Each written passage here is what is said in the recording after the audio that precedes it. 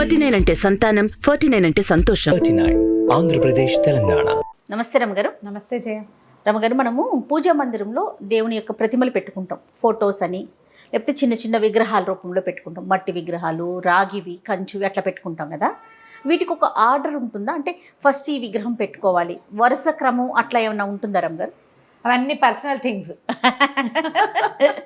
కానీ మరి మాకు చాలా సందేహాలు. ఎట్లా? పూజా మందిరాలు ఉండే అలవాటు ఉండాలి, పూజా విధానపు పద్ధతులు ఉండాలి. శైవులు శివారాధన చేసేవాళ్ళు వాళ్ళకు ఒక పద్ధతి, ఓకే, విష్ణువారాధన చేసేవాళ్ళు ఒక పద్ధతి, వాళ్ళదే. లింగధారులు, లింగాయతులు ఇలా కొన్ని పద్ధతులు వేరే, వాళ్ళది వాళ్ళ పద్ధతి. సాధారణంగా ఎవరైనా ఏదో పటాలు పెట్టుకుంటాం, విగ్రహాలు పెట్టుకుంటాం, బొమ్మలు పెట్టుకుంటాం.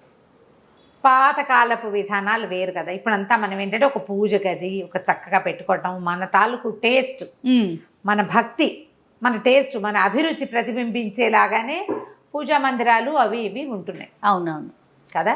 ఈ మనం ఎక్కడికి వెళ్తే అక్కడి నుంచి ఓ ప్రతిమ తెచ్చి, ఓ ఫోటో తెచ్చి, మన ఫ్రెండ్స్ ఎవరో వెళ్తే వాళ్ళు కూడా తెచ్చి ఇవన్నీ అనుకుందాం, పెంచుకుంటాం అట్లా. అదే వాళ్ళు ఇచ్చారు పెట్టుకుంటాం. కొన్నాళ్ళు వేయక అది పాత పడుతుంది, మనకే ప్లేస్ చాలదు, తీసేయటానికి భయం వేస్తుంది. ఆఖరికి వేప చెట్టు కూడా వేసేటప్పుడు వేపకొమ్మ, తీసేటప్పుడు అసిరెమ్మ అంటారు. తెలుసా, విన్నావా ఎప్పుడైనా? లేదండి. వేసేటప్పుడు ఏముంది, వేప చెట్టు ఉంటుందిలే అనుకుంటాం. వేప అంత చెట్టు అయింది, ఆ చెట్టు కొట్టేదాం, అయ్యి బాబాయ్ అమ్మవారు రా అంటారు. అసిరెమ్మ. వేయబోతే వేపకొమ్మే, అది వేసినాడు, తీసేటప్పుడు అసిరెమ్మ అవుతుంది. అది ఓకే, అమ్మతా లేదు అని తీయకూడదు కదా. ఇప్పుడు ఒక ప్రతిమ కొన్ని రోజులు పూజ చేసాం, అది భగ్నమైన, చిరిగిన, పగిలిన, పాడైన, పాతబడిన తీయాలంటే చచ్చే భయం వేస్తుంది. అవును. అందుకని ఎక్కడెక్కడి నుంచి వచ్చిన ప్రతిమలు, విశేషాలు అన్నీ చేర్చుకోవద్దు.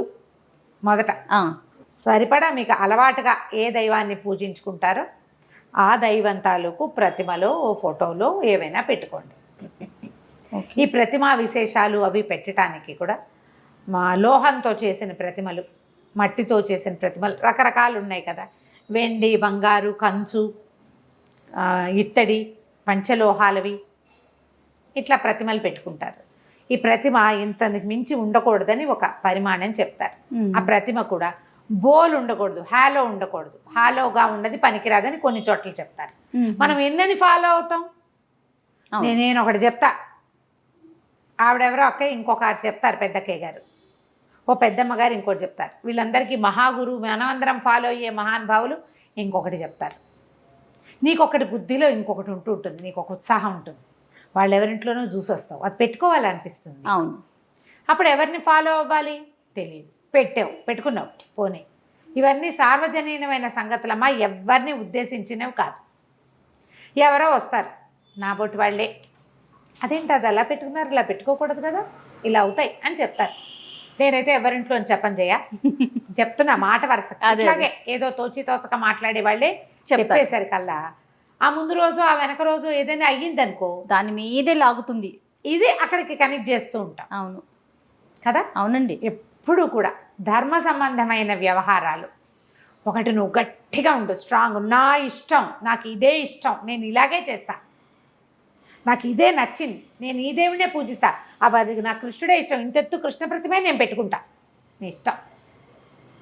లేదా మా ఇంట్లో ఉంది, మా అమ్మమ్మ చేసింది, అమ్మ చేసింది, లేదా అత్తగారు చేశారు, అత్తగారు చేశారు, మేము ఇలాగే పెట్టుకుంటాం, అది కూడా నీ ఇష్టం. రెండో పాయింట్ కాదు, ఒక గురువు గారు వారు ఏది సెలవిస్తే అది పెట్టుకో.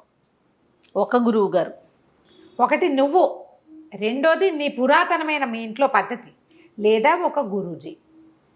ఇలా పెట్టుకుని మీరు ఏవైనా పెట్టుకోవచ్చు, ఏ ఆర్డర్లో అయినా పెట్టుకోవచ్చు. సాధారణంగా ఏం చేస్తారు, లక్ష్మీ, సరస్వతి, వినాయకుడు ఉన్న పటం అందరిళ్లలోనూ ఉంటుంది. శ్రీరామ పట్టాభిషేకం అందరిళ్లలోనూ ఉంటుంది. నరసింహస్వామి ఇష్టం, నరసింహస్వామిని పెట్టుకుంటారు. వెంకటేశ్వర స్వామి ఇష్టం, వెంకటేశ్వర స్వామి ప్రతిమ పెట్టుకుంటారు. ప్రతిమ పెట్టుకోకపోతే పటం పెట్టుకుంటాం. మాకు కృష్ణుడు ఇష్టం, మాకు ఒక భుజి కృష్ణుడు. లక్ష్మీదేవి అందరిళ్లలోనూ లక్ష్మీదేవులు, మళ్ళీ వరలక్ష్మి వ్రతాలు, బంగారపు షాపులు వాళ్ళు రండి మీకు అవేవో ఇస్తామని పిలిచి కొన్ని దశాబ్దాలుగా అందరిళ్లలోనూ లక్ష్మీదేవులు ఉంటున్నారు. ప్రతిమలు కొనుక్కుని పెట్టుకుంటారు. పూజ చేయొచ్చు చేయకూడదు, దీనికి హాలో ఉంది, చిల్లు ఉంది, ఏకాండి ప్రతిమ, ఇది రాగిది, వెండిది, ఇత్తడిది, ఏవో ఆలోచిస్తాం. పూర్తిగా మీ మనసు. నేను ఒకటి చెప్తా, మా ఇంట్లో ఇలా కాదండి అంటావు నువ్వు, అవునా? ఖచ్చితంగా. అబ్బే మీరు మీవన్నీ మా మీద ఎందుకు రుద్దుతారు అంటారు ఇంకొకళ్ళు. మీకు కావాల్సినట్టు మీరు పెట్టుకోండి, మాకు కావాల్సినట్టు మేము పెట్టుకుంటాం అని ఇంకా చక్కగా అంటే ఏమంటారంటే, నీ ఇల్లు నీ ఇష్టం, మా ఇల్లు మా ఇష్టం, ఏకవచనాల్లో కూడా వచ్చేస్తారు. ఎలాగైనా జరిగేది. అందుకని నియమం ఏదైనా పెట్టుకునేటప్పుడు భయపడకుండా ఉండే వాటిలలోకి దిగండి. సాధారణంగా వినాయక ప్రతిమలు పెట్టుకుంటారు, ఎందుకనో తెలీదు. మా ఇంట్లో ఆ పెళ్ళప్పుడు ఎవరో ఇంత వినాయకుడిని సిల్వర్ వినాయకుడిని ఇచ్చారు, అదేంటి తమాషాగా మెరిసేది. ఎప్పుడూ ఆయన మా పూజలోనే ఉన్నాడు. మా అమ్మగారు మా సింహాసనం ఉంటుంది మా ఇళ్లలో. సింహాసనం ఉండే కుటుంబాలు కొన్ని ఉంటాయి. ఇంత ఇత్తడి సింహాసనం ఉండి అందులో ఒక అన్నపూర్ణ, ఒక వినాయకుడు, ఒక గౌరీదేవి, చిన్న ఎర్రటి రాయి, అదేదో సోనానదో ఎక్కడి నుంచో తెస్తారట, చిట్టి అంత ఎర్రరాయి, ఇవి ఉంటారు. అన్నపూర్ణ గరిట పట్టుకున్న అన్నపూర్ణాదేవి, బియ్య బస్తాల్లో కూడా వేసుకుంటాం అన్నపూర్ణాదేవి.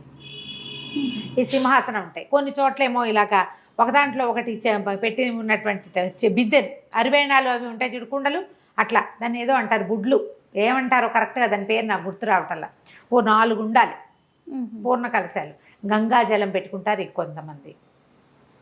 ఇందులో ఇదే కరెక్టు ఇది తప్పు అని ఏమీ లేదు.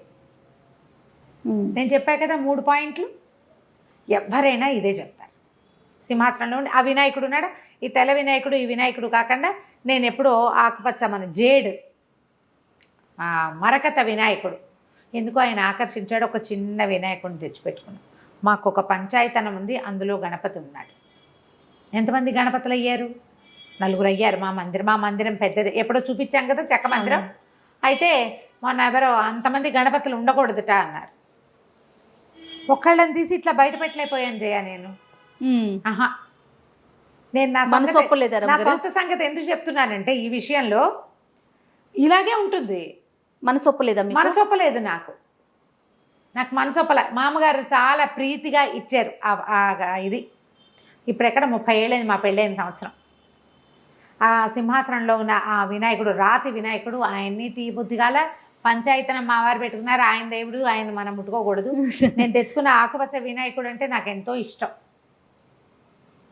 మాకు ఇలా మందిరం లేకుండా గోడకి ఒక చెక్క కొట్టి దాని మీద దేవుళ్ళని పెట్టుకున్న రోజుల నుంచి మా ఇంట్లో ఆ తెల్ల వినాయకుడు ఆ మందిరంలోనే ఉన్నాడు, అక్కడే ఉన్నాడు. దేవుడు ఎక్కడ పూజ చేసుకుంటున్నామో అక్కడ గంధం పెట్టి ఓ బొట్టు పెట్టే అలవాటు. ఏ ఒక్కళ్ళని తీసి పక్కన పెట్టలా, నేను పెట్టబుద్ధి కాలా. నాకు నా మనసే కదా ఇక్కడ ప్రవర్తించింది, నేను వినలేదు ఆ మాట. మా అక్కయ్య ఎవరితో వింది, వాళ్ళు చెప్పేస్తే వస్తే అంతమంది వినాయకుడు ఉండకూడదుటే, అంతమంది గణపతిని ఒకడే ఉండాలి. నాకు గణపతి ఒకడే, నాకు 4 గణపతులు లేరు. స్వరూపాలు ఉన్నాయి, విగ్రహాలే కదా అవి, అంతే కదా. నన్ను నేను ఇలా సాటిస్ఫై చేసుకుని నేను దండం పెట్టాను. 4కి 4 పువ్వులు పెడతాను రోజు. నేను ఒక ఆయన గంధం పెట్టి బొట్టు పెడతాను, మిగిలిన 3కి 3 పువ్వులు పెడతాను, అయిపోయి. ప్రధానమైనది ఏంటంటే, మన విధానాన్ని బట్టి నువ్వెవరిని ఫాలో అవుతావు, నీ బుద్ధి ఏ స్వరూపం యందు లయం అవుతుంది. 10 రకాలుగా పోనివ్వకండి, దాన్ని స్ట్రైట్గా వెళ్ళనివ్వండి. ప్రతిమా విశేషాలు ఏవైనా పెట్టుకుంటే శుభ్రం చేసుకోవాలి. పూజకి నిత్యము అదొక పని, చక్కగా శుభ్రం చేసుకోవటము, ఎప్పుడూ పులికాపు పెట్టడము చేస్తారు కదా. పులికాపు చక్కగా గడ్డి అవి కాల్చి ఆ బూడిద భస్మం వస్తుంది కదా, అది కాస్త చింతపండు అవి వేసి ప్రతిమలు తోముకోవాలి. దేవతా మందిరం ఎప్పుడు బూజు దుమ్ము లేకుండా దులుపుకోవాలి, అలంకారం చేయాలి. మీకు ఆ రకమైన భక్తి విశేషాలు తాత్పర్యాలు ఉంటే, భక్తి తత్పరతే కదా మనకు కావాల్సింది, వేసుకోండి హాయిగా. ఇది పెట్టచ్చు ఇది పెట్టకూడదని ఏముంది, చెక్కవి పెట్టుకోవచ్చు. చెక్కతోటి చేసిన భగవంతుడికి నిత్యారాధన జరిగే పూరి జగన్నాథుడే మనకి తొలి దైవం. 4 ధామాల్లో మొదటి ధామం అదే మనకి భారతీయులకి. కాబట్టి చెక్కదేవుడు పనికి వస్తాడు కదా. అవును కదా. మరి అక్కడి నుంచి శిలాస్వరూపాలుగా ఉన్న స్వాములు ఎంతమందో మనకి దైవాలు, విగ్రహ రూపంలో ఉండే స్వాములు ఎంతమందో. కాబట్టి రాయి మట్టి అన్ని ప్రతిమలు పనికొస్తాయి. ఆర్డర్ ఏమైనా ఉంటుందా రమ్మగారు? కుడి నుంచి ఎడమకి, పైన ఒకట్లు కింద ఒకరు, అట్లా ఏదైనా పలానా ప్రతిమ పైన ఉండాలి కింద ఉండాలి ఏవో చెప్తారు చెయ్య. ఆ. మన వెసులుబాటుని బట్టి కొంతమందికి మనకి ఇంట్లో మందిరం ఉంటుంది, దాంతో పాటుగా గోడ మీద కూడా కొన్ని ప్రతిమలు ఫోటోస్ పెట్టుకుంటారు కదా, అలా కూడా చూస్తూ ఉంటాం. పెట్టుకోవచ్చు. అదే ఇప్పుడు ఏదో ఒక ఫేస్బుక్ వీడియోలో అనుకుంటా, మా ఇంట్లో ఫోటోలకి పైన పువ్వులు పెట్టుకుంటాను నేను, అక్కడ కింద పెట్టడానికి వీలవక. అదేంటండి తల మీద పెట్టకూడదు కదా అని అడిగారు. ఏమో నేను పెడతాను, పాదాల దగ్గర పెట్టేవి ఉంటాయి. గోడకు తగిలిచ్చున్న ఆయనకి పువ్వు పెట్టాలంటే ఎక్కడ పెట్టాలి? పాదాల దగ్గర పెట్టలేం కదా, పైనే పెట్టగలుగుతాం. పైన పెడతాం, నెత్తి మీద పెట్టకూడదుట ఎవరో చెప్పారు. నమో నమః. నేను అనుకుంటా నా స్వామిని సర్వాపరాధాన్ని క్షమస్వ, ఇది ఒక వాక్యం పెట్టుకుంటాను జయ. నేను అన్ని అపరాధాలు క్షమించు, తెలుసో తెలియకో, నా వెసులుబాటో నా ఆలోచనో, కాబట్టి వీటిని అన్నిటినీ క్షమించు అపరాధాలను. శ్లోకాలు ఉన్నాయి, అపరాధ సహస్రాన్ని క్రియంతే అహర్నిశమ్మయ దాసోయమితి మాం మత్వా క్షమస్వ పరమేశ్వర అని. నేను నీ దాసుండని భావించి నన్ను క్షమించేసే. అపరాధ సహస్రాలు చేస్తాను, ఎవరినో విమర్శిస్తాం, ఎవరినో జడ్జి చేస్తాం, ఎవరినో ఏదో చేస్తాం. నీకే ఏదో చేయవలసిన దేవుడికి చెయ్యం, ఏదో చేసుకుని ముందు మనమే రుచి చూసేస్తాం. ఇది దేవుడు ఇచ్చాడని జ్ఞప్తుండదు మనకి, జ్ఞప్తి లేదు. ఏదో చేస్తాం ధ్యాసగా, హర్రే పొరపాటు చేశానే అనిపిస్తుంది.